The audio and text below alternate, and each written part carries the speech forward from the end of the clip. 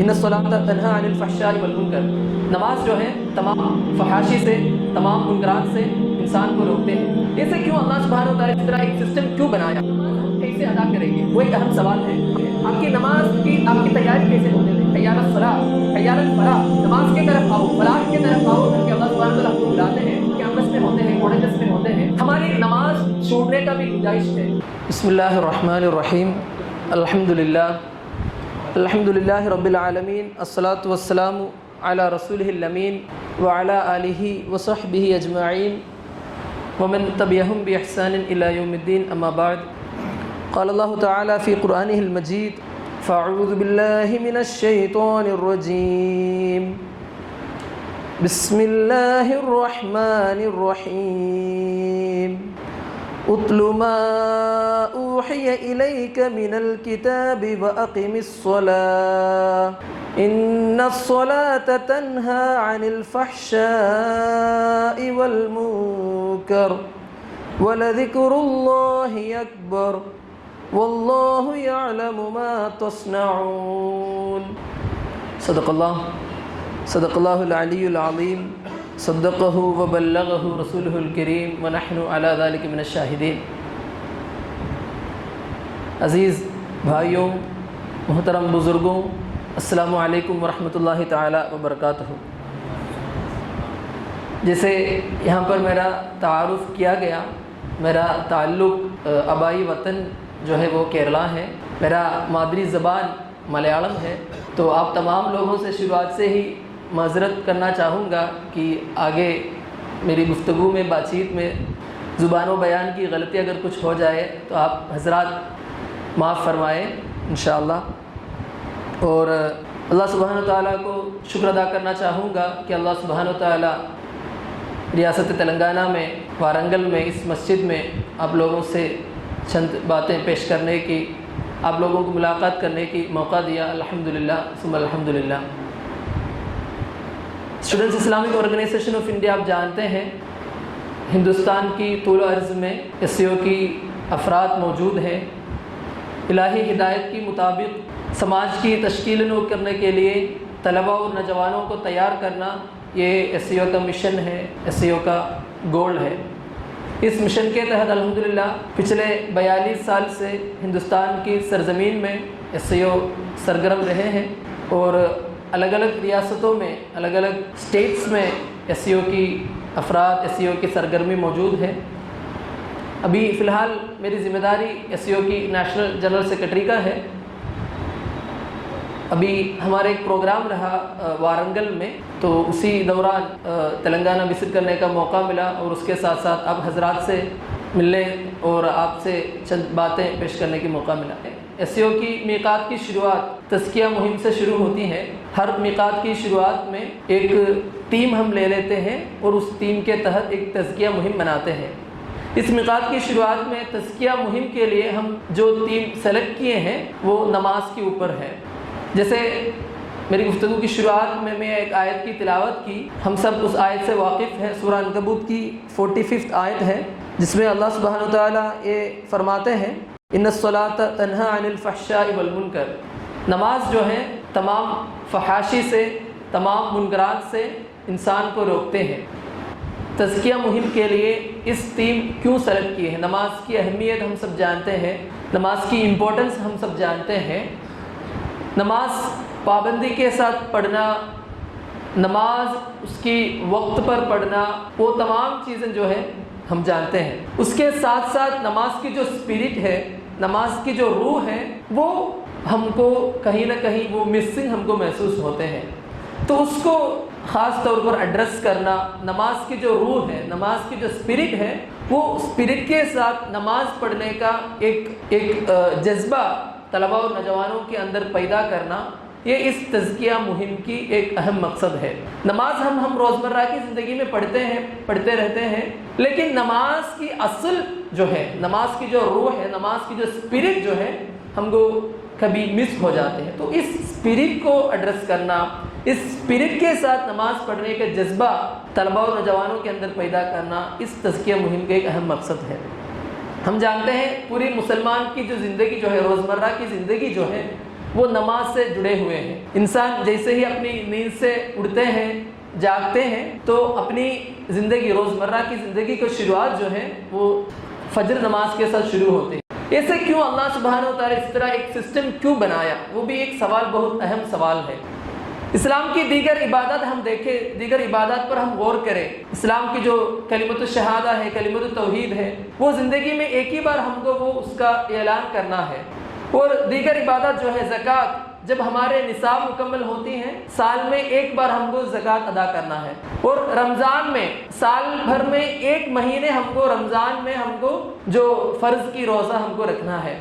اور زندگی میں ایک ہی بار ہم کو حج ادا کرنا ہے، وہ بھی جب ہماری استطاعت ہوتی ہے، پوری صحت کے طور پر اور مالی معاشی طور پر جب پوری ہماری استطاعت مکمل ہوتی ہے، تب انسان کو، تب ایک مسلمان کو حج ادا کرنا ہے۔ لیکن دیگر عبادات سے اگر ہم نماز کی کمپیریزن کریں تو ہماری روزمرہ کی زندگی جو ہے، جیسے میں نے شروعات میں بتایا، ہماری روزمرہ کی زندگی جو ہے وہ نماز سے کنیکٹڈ ہے۔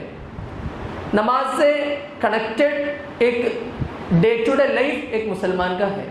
تو اللہ سبحانہ و تعالیٰ یہ سسٹم کیوں بنایا؟ اللہ سبحانہ و تعالیٰ اس کا جواب بھی ہم کو سورہ طٰہٰ میں ہم کو دیتے ہیں۔ اللہ سبحانہ و تعالیٰ اس سوال کی جواب، اقم الصلاۃ لذکری، میری ذکر وہ قائم کرنے کے لیے، میری ذکر ہمیشہ ذکر کی جذبہ اندر رکھنے کے لیے نماز پڑھنا، یہ نماز کی ایک مقصد ہے۔ ہمیشہ اللہ سبحانہ و تعالیٰ کو یاد کر کے رہنا، ہمیشہ ہمارے اندر، ہم زندگی کی کوئی بھی میدان میں ہو، کوئی بھی میدان میں ہو، اللہ سبحانہ و تعالیٰ کو یاد رکھنا وہ نماز کی اصل مقصد ہے۔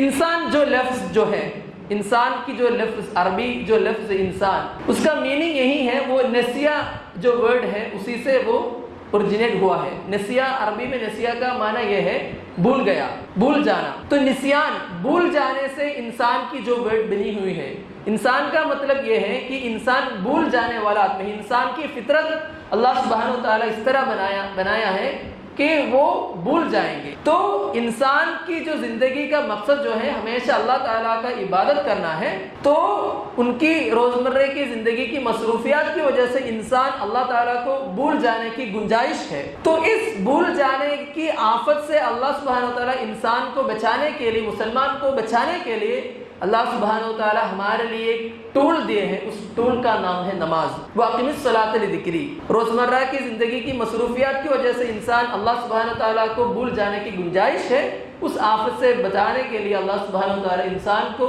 نماز کا ایک ٹول اللہ سبحانہ و تعالیٰ ہم سب کو دیے ہیں۔ رسول اکرم صلی اللہ علیہ وسلم فرماتے ہیں نماز کی اہمیت کے حوالے سے، ان اول ما یحاسب به العبد یوم القیامۃ من عملہ صلاۃہ، جو انسان قیامت کے دن اللہ سبحانہ و تعالیٰ انسان کی پوری حسابات لیں گے، اس حسابات لیتے وقت سب سے پہلے اللہ سبحانہ و تعالیٰ جس عمل کی جو حساب لیں گے وہ نماز کی حساب لیں گے۔ فَإِن صَلُحَتْ فَقَدْ أَفْلَحَ وَأَنجَحَ، اگر انسان کی نماز وہ پوری، اس کے جیسے اس کا حق ادا کرنا ہے اسی طرح حق ادا کیا، اس طرح وہ نماز پڑھا، فقد افلح وانجح، وہ نجاح پایا، وہ فلاح پایا۔ وان فسدت فقد خاب وخسر، اگر انسان کی نماز، اگر مسلمان کی نماز وہ اچھے طریقے سے وہ نماز ادا نہیں کر پایا تو ان کی پوری جو زندگی جو ہے وہ برباد ہو گیا، ان کی پوری زندگی کا نقصان ہو گیا۔ تو یہ جو نماز کی جو اہمیت، ہم جتنے بھی اعمال کریں، جتنے بھی ہم عمل صالحات کریں، لیکن اگر ہمارے نماز میں کوتاہی رہی، اگر ہماری نماز میں کچھ پرابلمس رہی، تو ہم کو ہمارے قیامت کے دن ہمارے حسابات کی جو پہلے سوال جو اللہ سبحانہ وتعالیٰ ہم سے جو پوچھتے ہیں، اس سوال کے جواب اگر ہم کو ٹھیک ٹھاک نہیں دے پائے تو پھر ہمارے جو امتحان ہے، جو ہمارے جو ٹیسٹ ہے، اس ٹیسٹ میں ہم فیل ہو جائیں گے، اس ٹیسٹ میں ہم پاس نہیں ہو جائیں گے۔ تو یہ جو نماز کی جو اہمیت رسول اکرم صلی اللہ علیہ وسلم جیسے بتایا، اسی طرح نماز پڑھنے کا ایک جذبہ ہمارے اندر ہونا چاہیے۔ اور جب ہم نماز پڑھتے ہیں، نماز کی ایک رزلٹ، نماز کی ایک نتیجہ ایسا ہونا چاہیے جو شروعات میں جو آیت میں نے تلاوت کیا، ان الصلاۃ تنہا عن الفحشاء والمنکر، جو ہم نماز پڑھنے کا ایک دوسرا رسل جو ہے وہ سارے منکرات سے، سارے فواحش سے ہماری نماز ہم کو روکنا ہے. نماز کے ایک مقصد جو ہے وہ اللہ تعالیٰ کا ذکر کرنے کا ہے. دوسرا مقصد نماز کا یہ ہے جتنے بھی منکرات، جتنے بھی فواحش ہمارے جو ڈے ٹو ڈے لائف میں انسان کرنے کی گنجائش ہے، ان تمام فواحش سے، ان تمام منکرات سے انسان کی نماز ان کو بچانا. امام شعراوی رحمہ اللہ اس آیت کی تفسیر میں اس طرح فرماتے ہیں کہ اگر ایک انسان کی، ایک مسلمان کی نماز ان کو ان تمام منکرات سے، فواحش سے، گناہوں سے ان کو جب تک نہیں روکتے ہیں، ان کو روکتے نہیں ہیں، تو اس کا مطلب یہ ہے کہ ان کا نماز ٹھیک ٹھاک نہیں ہے. جب تک ایک انسان، ایک مسلمان کی نماز ان کی روزمرہ کی زندگی میں ان کو ان تمام گناہوں سے، ان تمام منکرات سے ان کو نہیں روکتے ہیں، تو اس کا مطلب یہ ہے کہ ان کا نماز پراپر نہیں ہے، ان کا نماز ٹھیک ٹھاک نہیں ہے. تو ہمارے نماز اس طرح ہم کو ادا کرنا چاہیے، ہم سب کو اس طرح ادا کرنا چاہیے کہ ہماری نماز کی یہ نتیجہ یہ ہونا چاہیے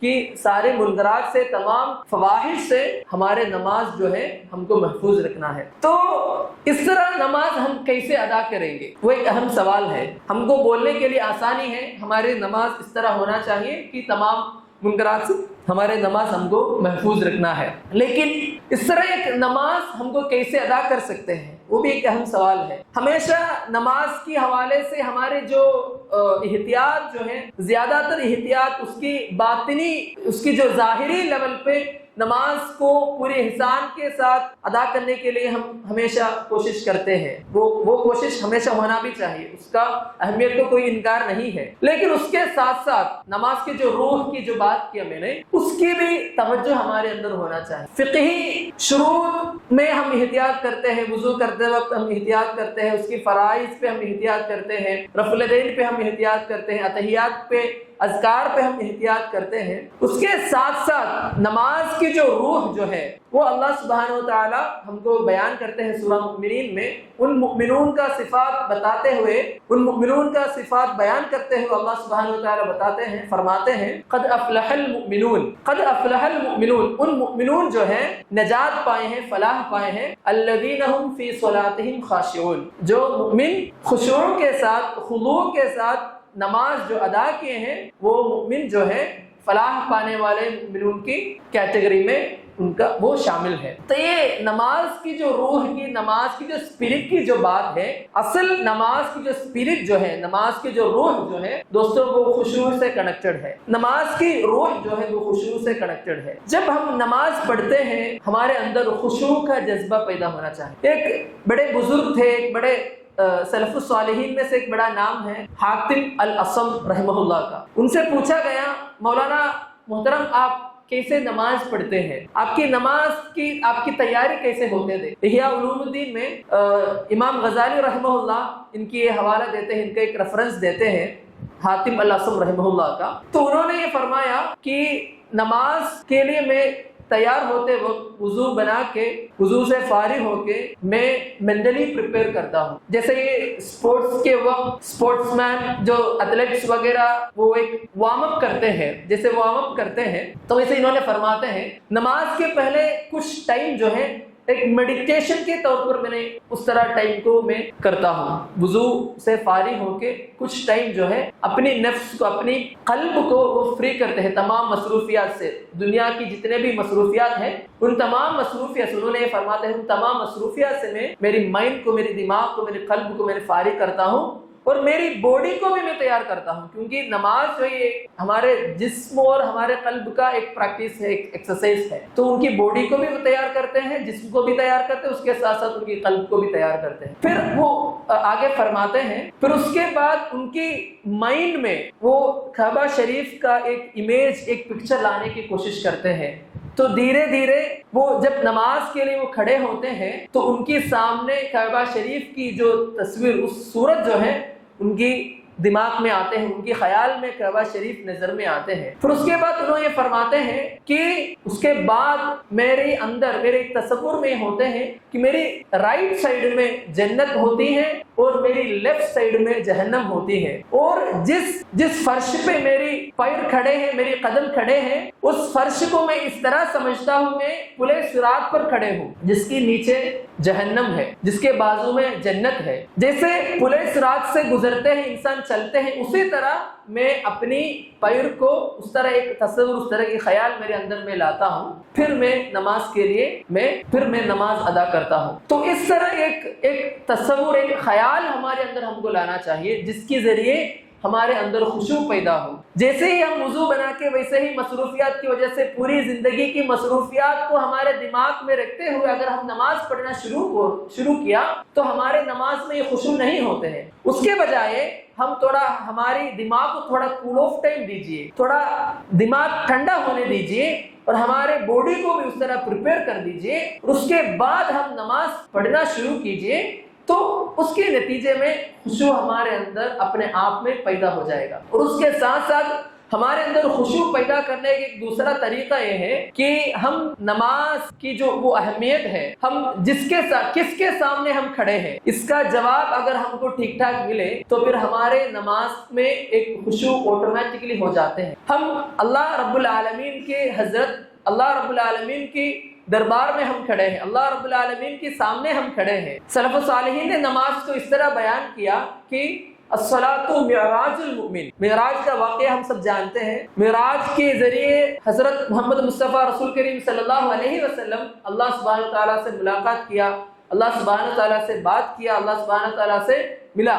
یہ جو پروسیس ہے اس کو نماز بھی ایک مؤمن کی روزمرہ کی زندگی کا معراج ہے۔ الصلاۃ معراج المؤمن، سلف الصالحین نے نماز کو اس طرح بیان کیا کہ جو نماز جو ہے وہ اللہ سبحانہ وتعالیٰ سے ملنے کا ایک پروسیس کا نام ہے۔ جیسے ہی ہم نماز کے لیے ہم کھڑے ہوتے ہیں، اذکار کی ہم تلاوت کرتے ہیں، قرآن مجید کی تلاوت کرتے ہیں، ان تمام چیزوں سے ہم اللہ سبحانہ وتعالیٰ سے مناجات کرتے ہیں۔ اللہ سبحانہ وتعالیٰ کی وقار ہمارے اندر آئے، اللہ سبحانہ وتعالیٰ کی وقار ہمارے اندر آئے، جن کی دربار میں ہم کھڑے اس کا اہمیت ہمارے اندر آئے، تو پھر اپنے آپ میں خشوع ہمارے اندر پیدا ہو جاتی ہے۔ اللہ سبحانہ تعالیٰ کون ہے؟ اللہ کی پوری وقار، اللہ کی پوری صفات، اللہ کی پوری اسماء اس وقت ہمارے اندر ہونا چاہیے۔ قل اللہم مالک الملک تؤتی الملک من تشاء وتنزع الملک ممن تشاء وتعز من تشاء وتذل من تشاء، یہ تمام صفات اللہ رب العالمین کا ہے۔ لا الہ الا ہو، اللہ کے سوا کوئی الہ نہیں ہے۔ ان تمام صفات جو ہے اللہ رب السماوات والارض،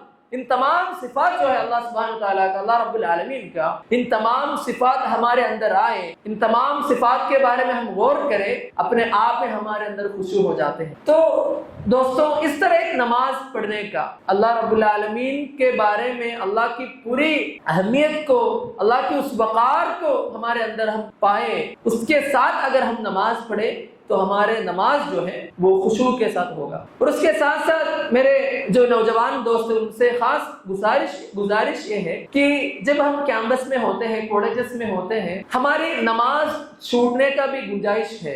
الگ الگ مصروفیات کی وجہ سے، مطلب کلاسز کی وجہ سے، لیکچرز کی وجہ سے ہمارا نماز جو ہے چھوٹنے کی گنجائش ہے۔ ہم اتنا اہمیت کبھی کبھی ہم زیادہ نہیں دیتے ہیں، لیکن یہ بھی ہمارا ایک کلچر کی حصہ ہونا چاہیے، چاہے وہ جتنے بھی اہم لیکچر ہو، جتنے بھی بڑا لیکچر ہو، کچھ گنجائش نکال کے، کچھ وقت نکال کے نماز پڑھنے کا موقع ہم کو ڈھونڈنا ہے۔ چاہے وہ جتنے بھی اگر ہم کوشش کریں، اللہ سبحانہ و تعالیٰ ہمارے لیے ایک راستہ نکالیں گے۔ والذین جاہدوا فینا لنہدینہم سبلنا، یہ اللہ تعالیٰ کا وعدہ ہے۔ اگر ہم اخلاص کے ساتھ اگر ہم کچھ موقع ہم ڈھونڈنے کی کوشش کیے، ہمارے کالج میں ہی یا اس کے آزو بازو میں کہیں ہم نماز پڑھنے کا ایک موقع اللہ سبحانہ و تعالیٰ ہم کو دیں گے، تو ہم جس سیمینار کو، جس لیکچرز کو اتنی اہمیت کے ساتھ ہم سمجھتے ہیں، اس سے بھی زیادہ اہمیت ہماری نماز کو ہے، کیونکہ ہمارے پروردگار، ہمارے رب العالمین ہم کو بلاتے ہیں، حی علی الصلاۃ، حی علی الفلاح، نماز کی طرف آؤ، فلاح کی طرف آؤ کر کے اللہ سبحانہ تعالیٰ ہم کو بلاتے ہیں۔